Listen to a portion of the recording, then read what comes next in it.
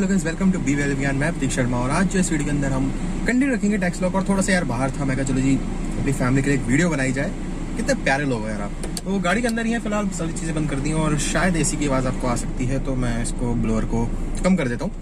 ठीक है जी, तो हम टैक्स लॉ के टैक्स लॉ नहीं, sorry my fault, banking and insurance को हम यहाँ पर स्टार्ट करने वाले हैं। ठीक है जी, यहाँ पर जो है फोन के अंदर ही मैंने अपने नोट्स खोले हुए हैं, तो या फोटो ले ली थी जो भी किताबें वगैरह है उससे, तो यहीं पर जो हम यहाँ पर देख के देखते क्या है। देखो जी, सबसे पहले हमारा टॉपिक आता है काइंड्स ऑफ बैंक। ठीक है जी, बैंक हमारे कितने तरीकों के होते हैं भैया? देखो टोटल में 6 तरीके के बैंक हमारे को यहाँ पर दिए हुए हैं, जो कि है central bank, commercial, cooperative, institutionalised, specialised और डेवलपमेंट। ठीक है जी, सारे बैंक है। तो देखते हैं फटाफट से एक एक करके कि क्या इसके अंदर चीजें हैं। तो पहले हम बैंक की डेफिनेशन पढ़ने की कोशिश करेंगे। तो बैंक की डेफिनेशन है organisation which keeps money safely for its customer in the office और building of such an organisation. तो बेसिकली वही सेम चीज होगी कि भैया एक कस्टमर का जो है पैसे को ये संभाल के रखना है, वही एक बैंक होता है। So you can take money out, borrow, exchange money at the bank etcetera, ये सारे बेसिक फंक्शंस हो गए बैंक के। तो फटाफट से देख लेते हैं। बैंक की डेफिनेशन में देख लिया, जो पैसा हमारा लोगों का रखता हो उसे हम बैंक कह देते हैं। सेंट्रल बैंक हमारा सबसे वाला बैंक आता है, ये जो है आरबीआई और reserve bank of India is the central bank. तो सिंपल डेफिनेशन के अंदर इसका आंसर होगा कि सेंट्रल बैंक कौन हो गया? आरबीआई या फिर बैंक ऑफ इंडिया भी इसको हम कह देते हैं। ठीक है जी, अब इसके अंदर थोड़ी सी यहाँ गड़बड़ सी लग रही है मेरे को, पीछे जाना पड़ेगा। हाँ, सो it is the bank which is entrusted with the function of guiding and regulating banking system of the country। तो बड़ा आसान हो गया, ये ऐसा बंदा है, या बंदा तो कह रहा हूं, मतलब एक ऑर्गेनाइजेशन है जो बेसिकली जिसका काम है गाइडिंग करना, किसको?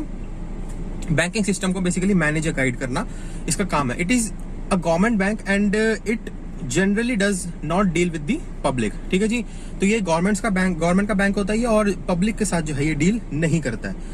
सो it provide guidance to the other bank, दूसरी बैंकों के लिए गाइडेंस अथॉरिटी है ये, जो गाइड करता है कि तुम्हें कैसे काम करना है, ये करना है, वो करना, फलाना ढिमकाना जो भी है। It is known as a bankers bank. इसको बैंकर्स का बैंक भी इसलिए क्योंकि ऑब्वियसली उनके ऊपर है। ठीक है जी, सबसे इंपॉर्टेंट पॉइंट बताने जा रहा हूं यहाँ पर, it issues currency notes and advises the government on various monetary and credit policy. बड़ा इंपॉर्टेंट, करेंसी नोट वगैरह भी ये इशू करता है। दूसरे तरीके का बैंक हमारे पास आता है कमर्शियल बैंक। ये क्या भैया? They accept deposit and grant short term loans to its customer.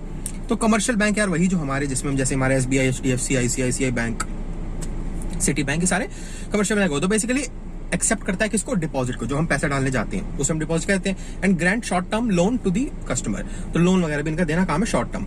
It gives on long term loan to the long term and medium loan to the business enterprises. Generally बंदे को ये long term loan नहीं देते, कोई business हो, enterprise हो, उसी को जो है लॉन्ग टर्म या मीडियम टर्म लोन जो है दिया जाता है। जनरली हम लोगों को शॉर्ट टर्म, जैसे 1 साल, 2 साल, 3 साल, 5 साल, ऐसे नहीं 50 साल के लिए दे दिया, इतनी तो बंदे की उम्र नहीं होती, इसलिए कंपनी वगैरह को देते हैं।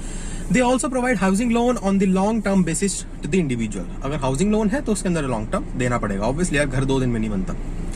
काइंड्स ऑफ कमर्शियल बैंक फटाफट से देख लेते हैं। पहला आता है public sector bank. Public sector bank नाम से ही पता चल रहा है, पब्लिक सेक्टर, जहां पर पब्लिक सेक्टर नाम आ जाए दिमाग में डाल लो गवर्नमेंट का स्टेक है। कौन हो गया सबसे बड़ा? एसबीआई। तो where the majority of the stake is held by the government of India और जो है क्या, ये क्या लिखा है, आरबीआई। हाँ, आरबीआई, सॉरी, आरबीआई भी तो गवर्नमेंट का ही बैंक है, तो उसे हम कह देते हैं पब्लिक सेक्टर बैंक, जैसे क्योंकि एसबीआई। दूसरा लिखा हमने प्राइवेट सेक्टर बैंक। कौन से होते हैं भैया? जहां पर मेजॉरिटी ऑफ स्टेक प्राइवेट लोगों का हो या प्राइवेट इंडिविजुअल का हो, जैसे कि एचडीएफसी बैंक प्राइवेट है। फॉरेन बैंक कौन सा होगा? ये कोई नई चीज आ गई यार। फॉरेन क्या हो गया?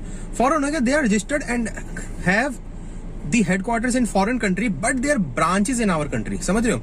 हेडक्वार्टर जो वगैरह है वो तो बाहर है, लेकिन उसकी ब्रांचेस यहाँ पर। ऐसा कौन सा बैंक है भैया हमारे इंडिया में? City bank. ठीक है, सिटी बैंक जो हमारा फॉरेन बैंक हो गया। अब हम फटाफट से देख ले फंक्शन ऑफ कमर्शियल बैंक के क्या क्या फंक्शन, अभी हमने पीछे पढ़ लिया, वही एज इट इज रिपीट होंगे। Accept deposit, grant loans and advances. ठीक है जी, उसके बाद ये तो प्राइमरी फंक्शन हो गया। सेकेंडरी फंक्शन क्या हो गया? कस्टडी ऑफ वैल्यूएबल, जैसे हम कहते हैं ना लॉकर फैसिलिटी, वो हो गया। Transfer of money from one account to another account, अगर आप ट्रांसफर करवाना चाहते हो तो कर सकते हैं। Collecting and supplying business information, तो ये सारे इसके सेकेंडरी फंक्शन होगा। तीसरा हमारे पास बैंक आता है कोऑपरेटिव बैंक। ये क्या भैया? It is formed by people who come together and form a society jointly so as to serve their common interest. These societies are formed under the Cooperative Society Act. तो यहाँ पर लोग एक साथ मिल गए हैं और वहां पर जो है वो बना रहे हैं अपने कॉमन नीड्स को पूरा करने के लिए इसे हम यहाँ पर कहते हैं कोऑपरेटिव बैंक। थोड़ी सी आवाज आपको हो सकता है अजीब से आ रही होगी, माइक नहीं है अभी मेरे पास यहाँ पर गाड़ी बंद है तो मेरे ख्याल से ठीक आएगी। कोऑपरेटिव बैंक कंटिन्यू रखते हैं। When a cooperative society engages in a banking business it is called a cooperative bank. बड़ा सिंपल हो गया। They have to obtain a licence from the RBI. RBI के साथ लाइसेंस जो है तुम्हें, आरबीआई से लाइसेंस जो है तुम्हें लेना पड़ेगा। टाइप्स ऑफ कोऑपरेटिव बैंक फटाफट से देख लेते हैं। पहला आता है primary credit society. Primary credit society ये क्या है? They are formed at the village level. Primary नाम जहां पर आ गया वो होता है बिल्कुल विलेज लेवल पर, ठीक है जी। The operation is restricted to very small area, ठीक है। All members know each other. Members are able to watch over the activities of each other to prevent fraud. तो बड़े छोटे लेवल पे हो रहा है तो सब पे एक दूसरे की निगाह रहती है, निगरानी होती रहती है। दूसरा हमारे पास कोऑपरेटिव सोसाइटी आता है सेंट्रल कोऑपरेटिव सोसाइटी। अब वो प्राइमरी था छोटे लेवल पे, विलेज के लेवल पे, सेंट्रल थोड़ा उससे बड़ा हो गया। So they operate at district level. They provide loans to their member. They have some primary credit society belonging to the same district as their member. कुछ सेम होते हैं उनके। तो ये जो है थोड़ा सा बड़े उसमें डिस्ट्रिक्ट लेवल पर। प्राइमरी होगा हमारे विलेज लेवल पर, सेंट्रल हो गया हमारा डिस्ट्रिक्ट लेवल पर। इससे बड़ा क्या होगा? स्टेट। बड़ा आसान हो गया। State cooperative society they are the highest level of cooperative banks in every state of our country, ठीक है जी। स्टेट लेवल तो स्टेट के लेवल पे हो गए तो अंडरस्टूड है बिल्कुल भी। They mobilise funds and help in proper channelisation among various other societies. वही सेम चीज हो गई, ठीक है। फिर देख लेते हैं इंस्टीट्यूशनलाइजेशन बैंक। इंस्टीट्यूशनलाइज्ड बैंक ये क्या है भैया? चौथा बैंक हमारा। ये जैसे कि LIC सुना आपने, लाइफ इंश्योरेंस कंपनी, उस तरीके का काम होता है इनका। It is the largest institution invested in the country, life insurance corporation जो है, ठीक है जी। The investments of LIC are regulated by section 27A of the insurance act 1938। तो 27A के अंदर जब हम पढ़ेंगे तो LIC के बारे में हमारी बात होगी। LIC provide assistance to the cooperative sector. जो कोऑपरेटिव हमने पीछे पढ़ा ना, village, primary, secondary, primary, state, central, तो ये सारे जो है इनको हेल्प करता है। By providing term loans to the company, company को लोन वगैरह देता है। By subscribing to the bonds issued by the development bank, ठीक है जी। क्लियर हो गया, बड़ा आसान हो गया। LIC का एग्जांपल हमारा हो गया इसके अंदर। पांचवा हमारे पास आता है स्पेशलाइज्ड बैंक। ये क्या भैया? नाम से पता चल रहा है स्पेशलाइज्ड बैंक, स्पेशल है कुछ काम इनका।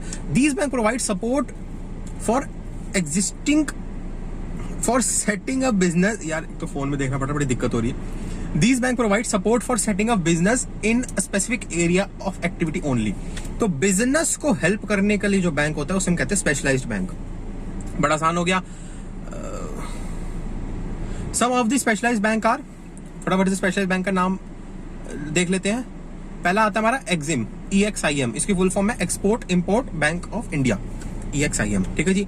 ये क्या है? This provide support for the export product abroad और इंपोर्टिंग प्रोडक्ट। तो एक्सपोर्ट इंपोर्ट का जो बिजनेस होगा उसको ये हेल्प करेगा हमारा Exim. They provide information on international market, of international market, international market की इंफॉर्मेशन भी उस बिजनेस को ये देता है। दूसरा हमारे पास कौन सा बैंक हो गया? ये specialised bank, national bank for agriculture and rural development, जिसको हम NABARD कहते हैं, NABARD। इसकी फुल फॉर्म क्या होगी? National bank for agriculture and rural development. ये क्या होता है? नाम से पता चल रहा है, एग्रीकल्चर और रूरल के लिए हेल्प करेगा। So it finance agriculture and rural sector. It can provide both short term and long term loan on regional rural bank, ठीक है जी। तो मेरे ख्याल से स्पेशल पर्पस के लिए बने होते हैं। हमने इंपोर्ट एक्सपोर्ट पढ़ लिया और एक हमने पढ़ लिया रूरल के लिए। छठे तरीके का हमारे पास जो लास्ट तरीके का बैंक है वो है डेवलपमेंट बैंक। नाम से समझा रहा है कुछ डेवलप की बात होगी, डेवलपिंग कुछ चीज होगी। देखते हैं क्या है। It raises the bulk of its fund from market boring by the way of bond जो है boring by the way of bond use करता है ये। The boring out of national industrial credit fund of RBI, जो national industrial credit fund है RBI का, वहां से जो है ये बोरो आउट कर देता है। So they provide medium and long term capital for the purpose of machinery and equipments for using latest technology और एक्सपेंशन एंड मॉडर्नाइजेशन। तो समझ आ गया हमें डेवलपमेंट की चीजें हो रही हैं, तो यहाँ पर डेवलपमेंट की ही सारी बातें चलेंगी।